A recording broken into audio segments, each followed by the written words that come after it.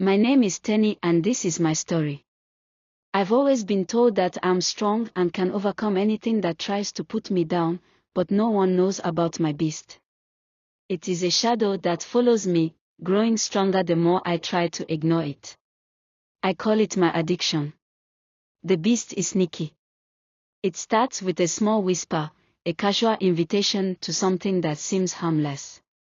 At first, I think I can handle it.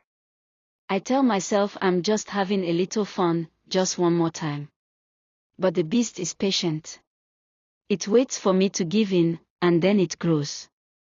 I was introduced to smoking, drinking, taking hard drugs, and hook up in the university by my friends. They told me using my body to get what I wanted was the best way out of poverty. I used to think I could control it and stop when I wanted to. I thought I was stronger than it. But as time went by, it became clear that it was controlling me. I would promise myself that today would be different, that I would stay away from whatever it was that called to me. Yet, every day, I found myself giving in again. I found myself in that exact circle I promised to flee from. Oh, how disappointed my parents would be if they find out. This wasn't even enough to stop me. A part of me was like a beast that couldn't be tamed. There were times when I tried to fight the beast. I would avoid places where it might show up, but it always seemed to find me. Each time I slipped, I was filled with regret and guilt. I felt trapped in a cycle that I couldn't escape.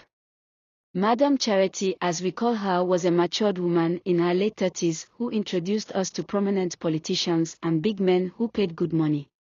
There is a percentage she gets from our dealings, so I guess it was a win for her. One day she told us about this party that she got an invite for us to attend. She bragged that this wasn't going to be the regular, as big boys were expected to come and showcase their wealth. So I went with my friends.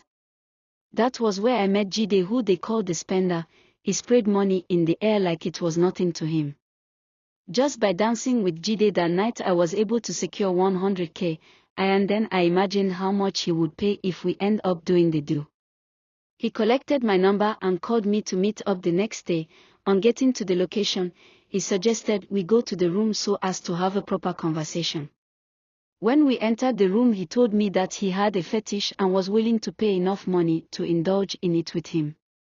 When I asked him what his fetish was, I expected to hear any other thing but what he said. Imagine the shock on my face when he told me that he enjoyed blood play. This was my first time of hearing such. I had to ask him what it was, and he explained that he got aroused by the scent, sight, taste and feel of blood during sex. How bad can it be? I thought, this is good money and I can't miss out on it. This was when my journey towards doom began.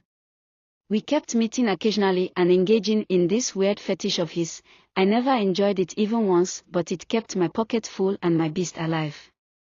He would occasionally cut me in different parts of my body and often cut himself too, or inject me with a syringe just to draw blood. One thing I noticed was he had a lot of unhealed wounds even on his privates. When I asked about it, he said it was as a result of indulging in his fetish. I couldn't tell anybody about what was going on between the two of us. As time passed, I noticed I had some blisters filled with fluids around my private part and took some antibiotics. But it kept recurring, so I had to visit a hospital, run a few tests, and it was discovered that I had contracted genital herpes. This scattered my world even more as I heard that it didn't have a cure even though the outbreak can be managed. This was a painful call to reality. I couldn't let the beast win anymore. I had to fight and get back control of my life. I decided to stop fighting alone. Got the necessary help I needed to fight my addiction and stay off it. Every day is still a battle, but now I know I'm not alone. I have people who support me, and I have learned ways to manage my beast.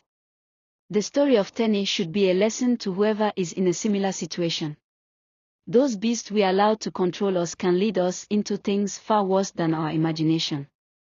It doesn't always end bad, you say. It doesn't always end good either. Just be on the better side of history. Please besties, subscribe, like, share and comment the best part of this story to you. I love you, besties.